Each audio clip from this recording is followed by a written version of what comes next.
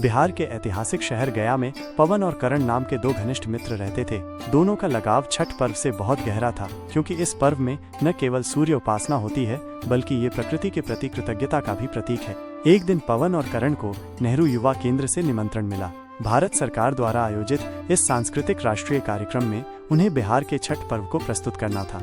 इस आयोजन में विभिन्न राज्यों से आए युवा अपनी अपनी सांस्कृतिक धरोहर को प्रदर्शित करने वाले थे। पवन और करण ने ये निश्चय किया कि वे इस मंच पर छठ पर्व की महत्ता और इसकी पौराणिक परंपराओं को प्रभावशाली ढंग से प्रस्तुत करेंगे। उन्होंने छठ पूजा के गीत, सूर्य को अर्घ्य देने की विधि और व्रत के कठिन नियमों को नाट्य रूपांतरण के माध्यम से दिखाने की योजना बनाई।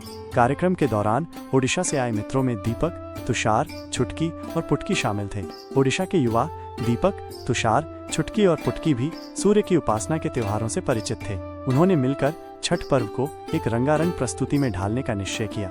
मंच पर जब पवन और करण ने अपने ओडिशा के मित्रों के साथ मिलकर छठ पूजा की प्रस्तुति दी तो दर्शक मंत्रमुग्ध हो गए। सूर्य देवता की आराधना, गंगा घाट का दृश्य और व्रतियों की भक्ति का चित्रण अत्यंत भावपूर्ण था। प्रस्तुति के पश्चात पवन ने दर्शकों को संबोधित करते हुए छठ पर्व के महत्व पर प्रकाश डाला। उन्होंने बताया कि ये पर्व न केवल आस्था का प्रतीक है, बल्कि पर्यावरण संरक्षण का संदेश भी देता है। जल स्रोतों की स्वच्छता और प्रकृति के प्रति आदर इस पर्व का अभिन्न अंग है।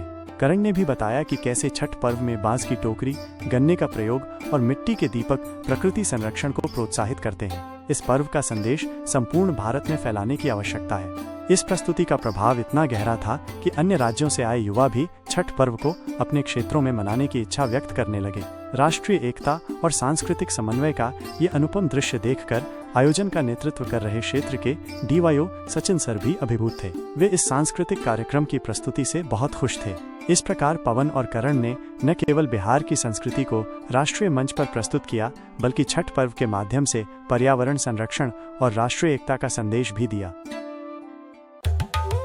आप सबन के छठ पूजा के ढेर मनी बधाई हक को। ऐसे चलचित्र और देखने के लिए अपने इस चैनल के साथ जुड़े रहें तथा ज़्यादा से ज़्यादा सब्सक्राइब और शेयर करें। अंत तक बने रहने के लिए आपका बहुत बहुत धन्यवाद।